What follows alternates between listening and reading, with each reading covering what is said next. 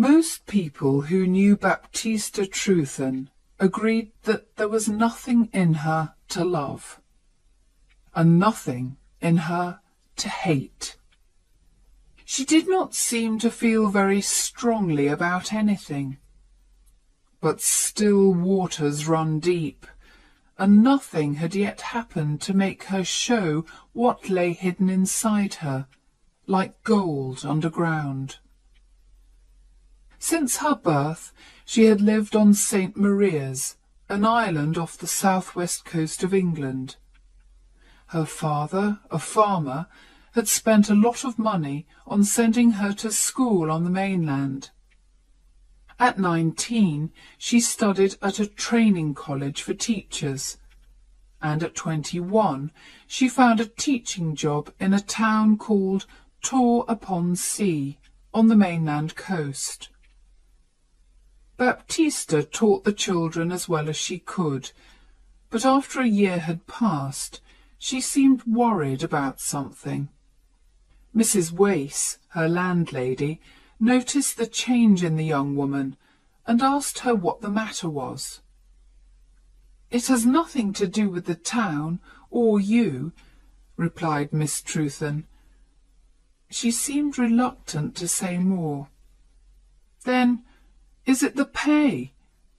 "No, it isn't the pay." "Is it something that you've heard from home, my dear?" Baptista was silent for a few moments. Then she said, "It's Mr. Heddegan, David Heddegan. He's an old neighbour of ours on St. Maria's, with no wife or family at all. When I was a child, he used to say he wanted to marry me one day. Now I'm a woman, it's no longer a joke, and he really wishes to do it. And my parents say I can't do better than have him." "Has he a lot of money?" "Yes, he's the richest man that we know."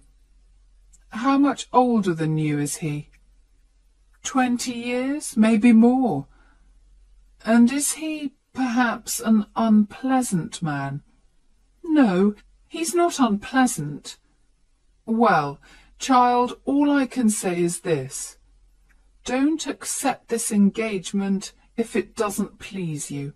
You're comfortable here in my house, I hope, and I like having you here." "Thank you, Mrs. Wace. You're very kind to me. But here comes my difficulty. I don't like teaching." "Ah, you're surprised. That's because I've hidden it from everyone. Well, I really hate school. The children are awful little things who make trouble all day long. But even they are not as bad as the inspector. For the 3 months before his visit, I woke up several times every night, worrying about it. It's so difficult knowing what to teach and what to leave untaught. I think father and mother are right. They say I'll never be a good teacher if I don't like the work, so I should marry Mr. Heddegan, and then I won't need to work. I don't know what to do, Mrs. Wace. I like him better than teaching, but I don't like him enough to marry him." These conversations were continued from day to day, until at last the landlady decided to agree with Baptista's parents. "Life will be much easier for you, my dear," she told her young friend, "if you marry this rich neighbour." In April, Baptista went home to St. Maria's for a short holiday, and when she returned, she seemed calmer. "I have agreed to have him as my husband, so that's the end of it," she told Mrs. Wace. In the next few months, letters passed between Baptista and Mr. Heddegan, but the girl preferred not to discuss her engagement with Mrs. Wace. Later, she told her that she was leaving her job at the end of July, and the wedding was arranged for the first Wednesday in August. When the end of July arrived, Baptista was in no hurry to return home to the island. She was not planning to buy any special clothes for the wedding, and her parents were making all the other arrangements, so she did not leave Tor-upon-Sea until the Saturday before her wedding. She travelled by train to the town of Pen Zephyr, but when she arrived, she found that the boat to St. Maria's had left early, and there was no other boat until Tuesday. "I'll have to stay here until then," she thought. "It's too far to go back to Mrs. Wace's." She did not seem to mind this. In fact, she was almost happy to wait another 3 nights before seeing her future husband. She found a room in a small hotel, took her luggage there, then went out for a walk round the town. "Baptista! Yes, Baptista, it is!" The words came from behind her. Turning round, she gave a jump and stared. "Oh, is it really you, Charles?" she said. With a half smile, the newcomer looked her up and down. He appeared almost angry with her, but he said nothing. "I'm going home," she continued, "but I've missed the boat." He did not seem interested in this news. "Still teaching?" he said. "What a fine teacher you make, Baptista, I'm sure." She knew that was not his real meaning. "I know I'm not very good at teaching," she replied. "That's why I've stopped." "Oh, you've stopped? You surprise me. I hate teaching. Perhaps that's because I'm a teacher." "Oh, no, it isn't. It's because I'm starting a new life. Next week I'm going to marry Mr. David Hadegan." At this unexpected reply, the young man took a step back. "Who is Mr. David Hadegan?" he said, trying to sound bored. "He owns a number of shops on St. Maria's, and he's my father's neighbour and oldest friend." "So, no longer a school teacher, just a shopkeeper's wife. I knew you would never succeed as a teacher. You're like a woman who thinks she can be a great actress just because she has a beautiful face, and forgets she has to be able to act. But you found out your mistake early, didn't you?" "Don't be unpleasant to me, Charles," Baptista said sadly. "I'm not being unpleasant. I'm just saying what is true, in a friendly way. Although I do have good reason to be unpleasant to you. What a hurry you've been in, Baptista. I do hate a woman in a hurry." "What do you mean?" "Well, in a hurry to be somebody's wife. Any husband is better than no husband for you, it seems. You couldn't wait for me. Oh, no. Well, thank God that's all in the past for me." "Wait for you? What does that mean, Charlie? You never showed that you felt anything special for me." "Oh, really, Baptista, dear." "What I mean is, there was nothing that I could be sure of. I suppose you like me a little, but I didn't think you meant to make an honest engagement of it." "That's just it. You girls expect a man to talk about marrying after the first look. But I did mean to get engaged to you, you know." "But you never said so, and a woman can't wait forever." "Baptista, I promise you that I was planning to ask you to marry me in 6 months' time."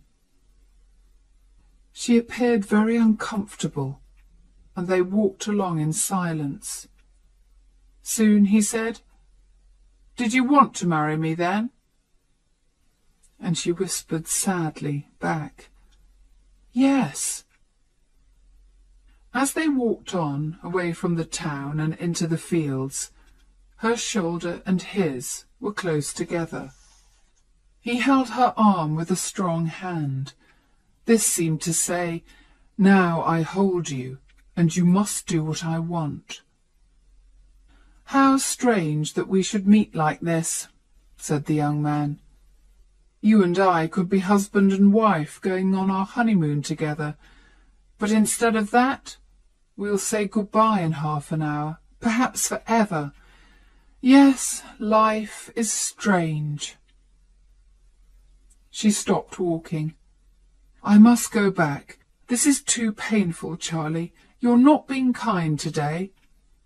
"I don't want to hurt you. You know I don't," he answered more gently. "But it makes me angry, what you're going to do. I don't think you should marry him." "I must do it, now that I've agreed." "Why?" he asked, speaking more seriously now. "It's never too late to stop a wedding if you're not happy with it. Now, you could marry me instead of him, although you were in too much of a hurry to wait for me."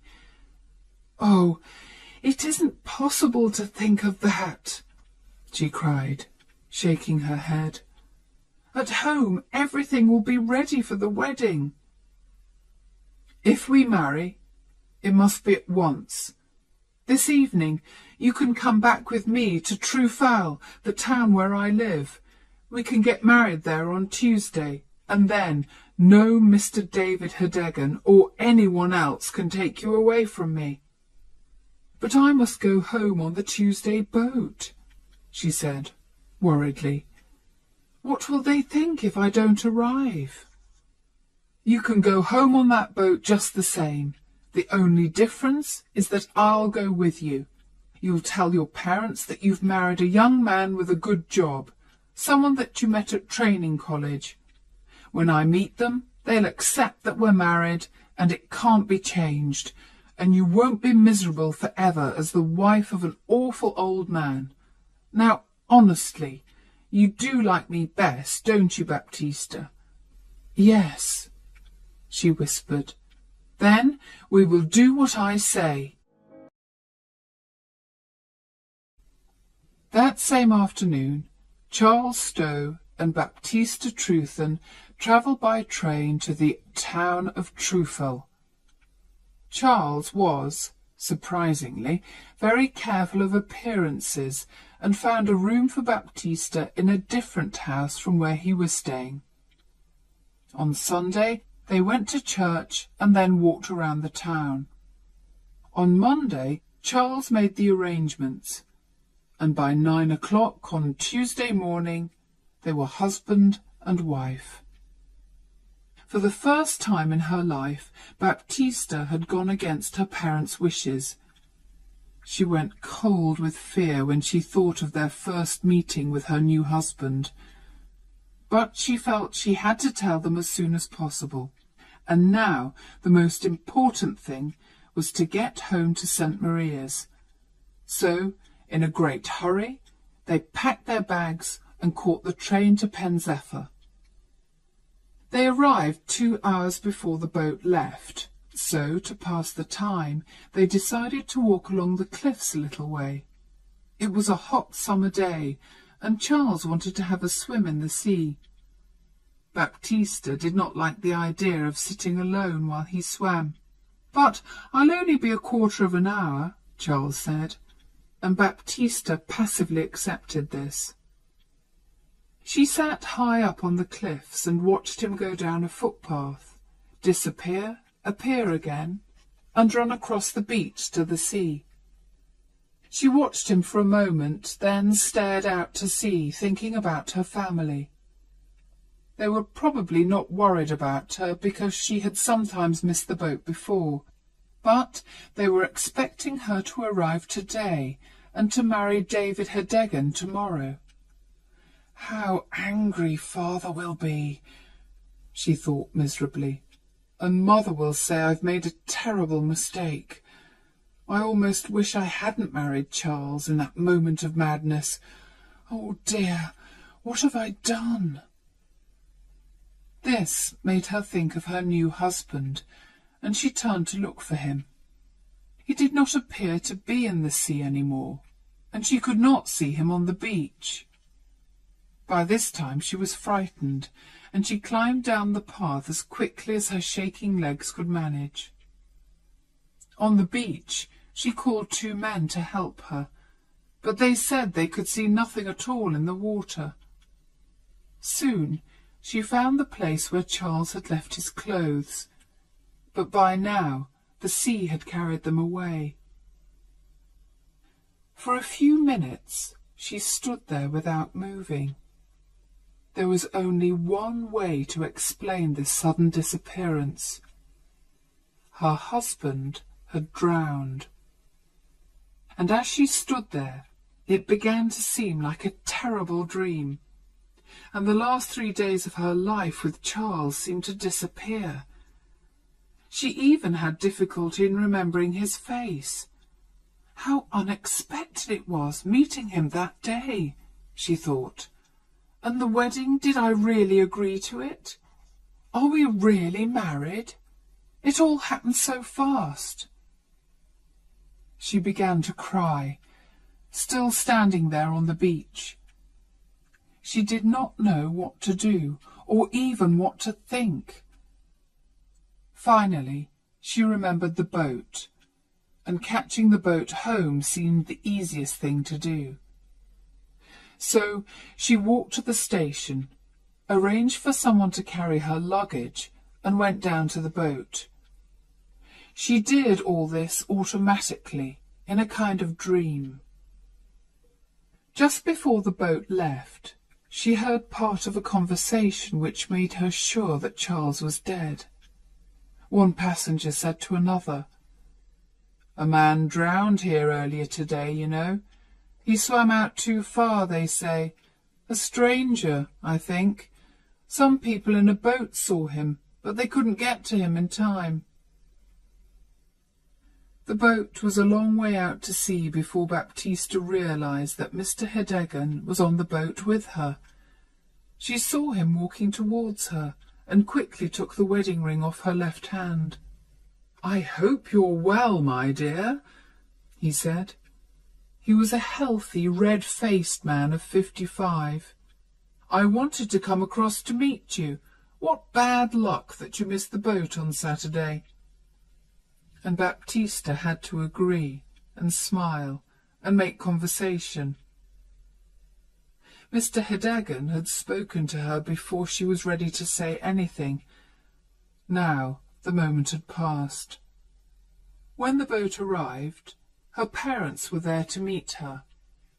Her father walked home beside Mr. Hedegan, while her mother walked next to Baptista, talking all the time. "I'm so happy, my child," said Mrs. Trewthen in her loud, cheerful voice, "that you kept your promise to marry Mr. Hedegan. How busy we've been! But now things are all ready for the wedding, and a few friends and neighbours are coming in for supper this evening." Again, the moment for confessing had passed, and Baptista stayed silent.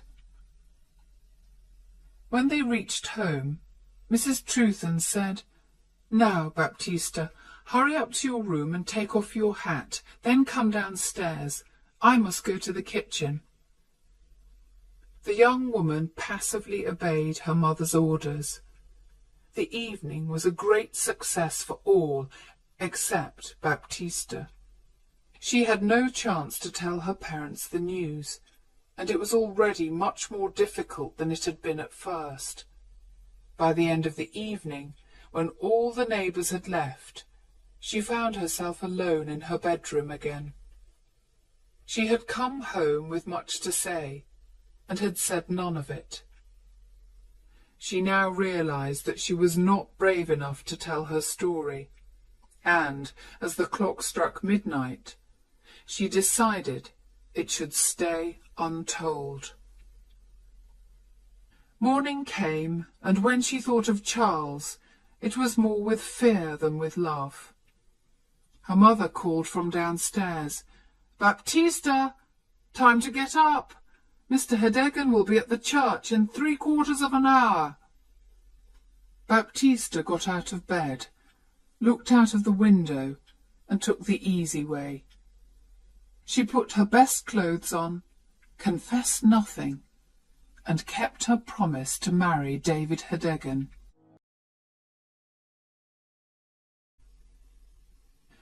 Mr. Hedeggen did not worry about his new wife's coldness towards him during and after the wedding. "I know she was reluctant to marry me," he thought, "but that will pass. Things will be different in a few months' time." During the wedding dinner, someone asked Hedeggen about the honeymoon. To Baptista's horror, he answered, "Oh, we're going to spend a few days in Pen Zephyr." "What?" cried Baptista. "I know nothing of this." Because of her late arrival, Hedeggen had not been able to ask where she would like to spend the honeymoon, so he had arranged a trip to the mainland. It was difficult to change these plans at the last minute, so she had to agree, and that evening she and her new husband arrived in Pen Zephyr. Their first problem was finding a hotel, because the fine weather had filled the town with tourists. They walked from place to place, Hedeggen polite and friendly, Baptista cold and silent. Finally, they found an excellent hotel, which, to their surprise, was empty. Kindly Mr. Hedeggen, who wanted to please his young wife, asked for the best room on the first floor, with a good view of the sea. "I'm sorry," said the landlady. "There's a gentleman in that room."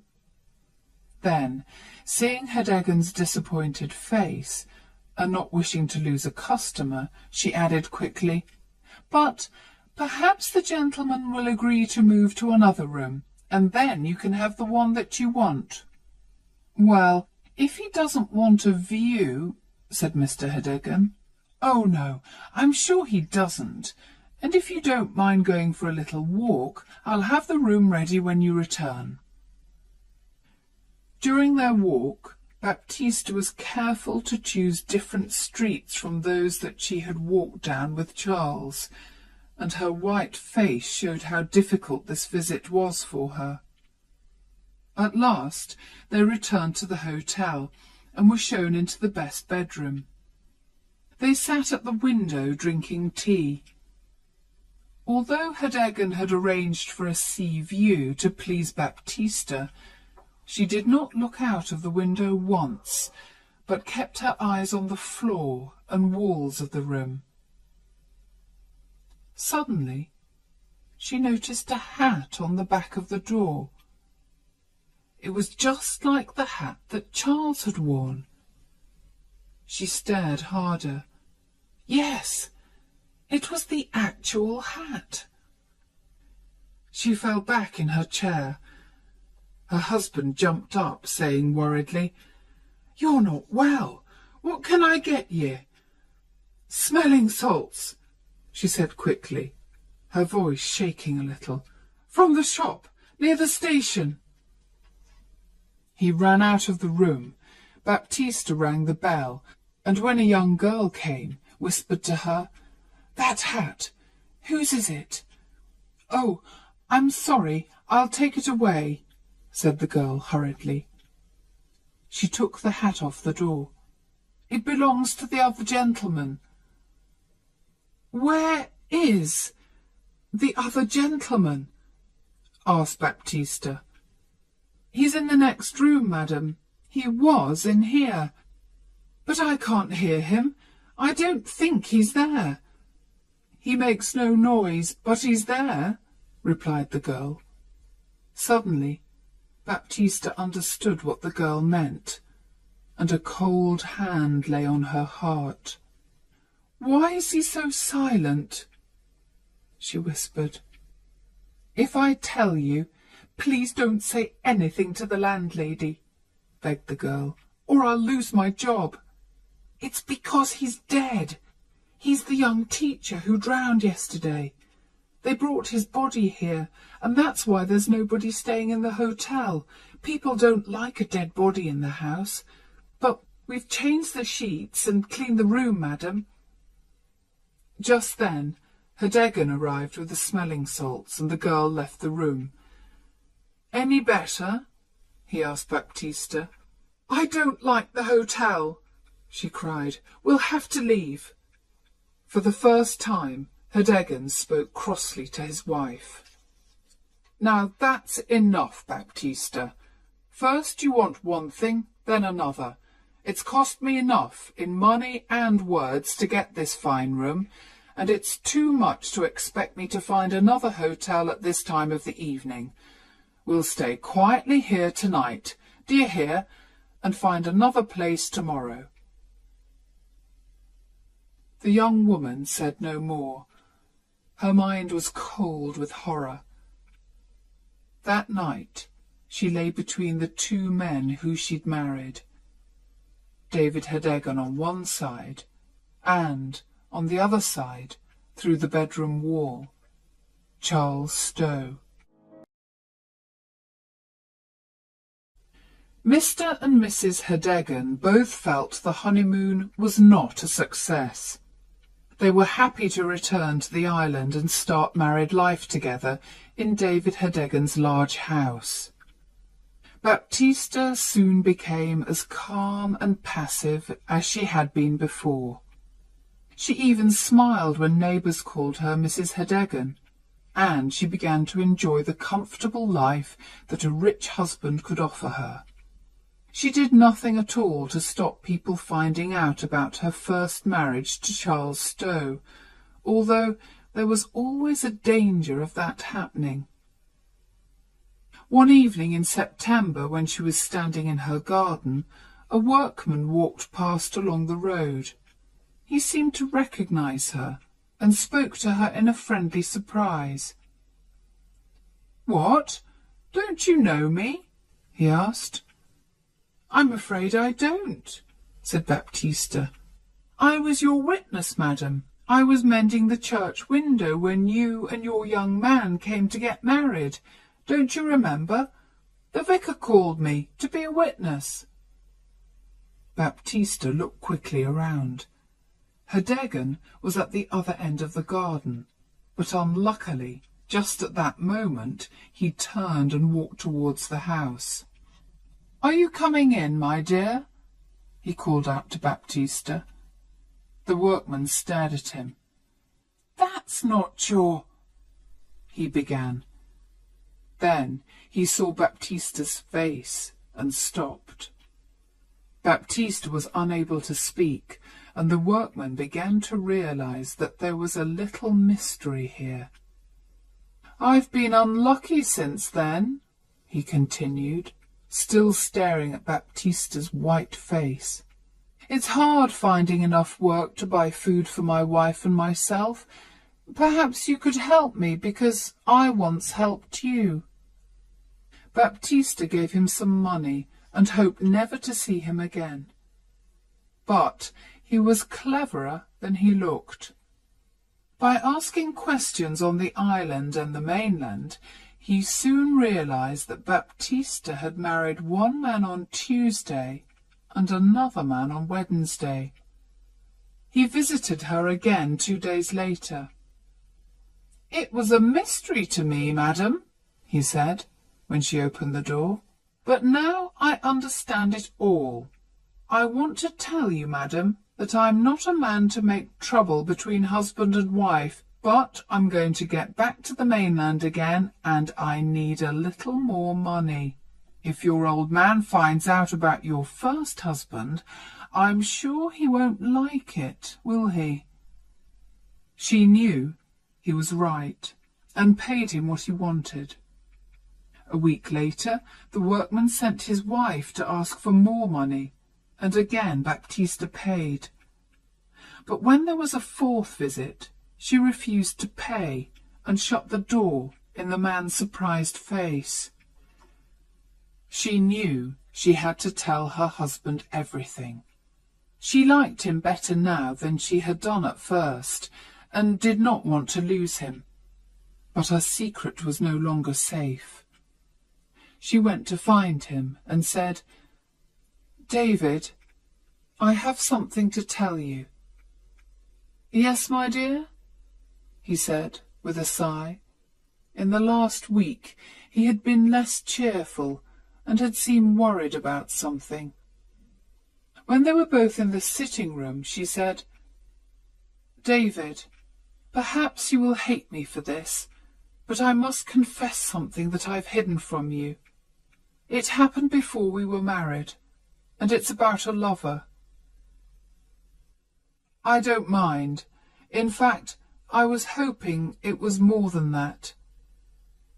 "Well, it was. I met my old lover by chance, and he asked me, and, well, I married him.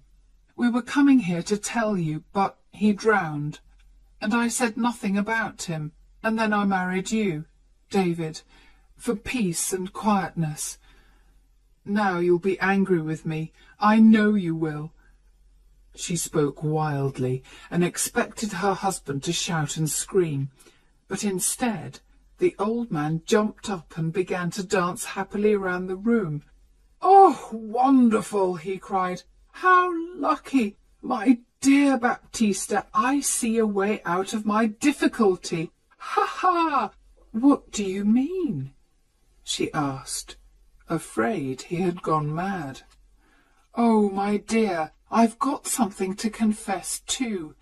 You see, I was very friendly with a woman in Pen Zephyr for many years. Very friendly, you could say, and in the end I married her just before she died. I kept it secret, but people here are beginning to talk, and I've got 4 big girls to think of." "Oh, David, 4 daughters!" she cried in horror. "That's right, my dear. I'm sorry to say they haven't been to school at all. I'd like to bring them to live here with us, and I thought by marrying a teacher I could get someone to teach them, all for nothing. What do you think, Baptista?" 4 grown girls always around the house, and I hate teaching. It kills me. But I must do it. I can see that. I am punished for that moment of madness. I really am." Here the conversation ended. The next day Baptista had to welcome her husband's daughters into her home. They were not good-looking or intelligent or even well-dressed, and poor Baptista could only look forward to years of hard work with them. She went about sighing miserably, with no hope for the future. But when Hedeggen asked her a month later, "How do you like 'em now?" her answer was unexpected. "Much better than at first," she said. "I may like them very much one day." And so began a more pleasant time for Baptista Hedeggen. She had discovered what kind, gentle girls these unwelcome daughters were. At first she felt sorry for them, then grew to like them, and from liking she grew to love them. In the end they brought her and her husband closer together. And so Baptista and David were able to put the past behind them and find unexpected happiness in their married life.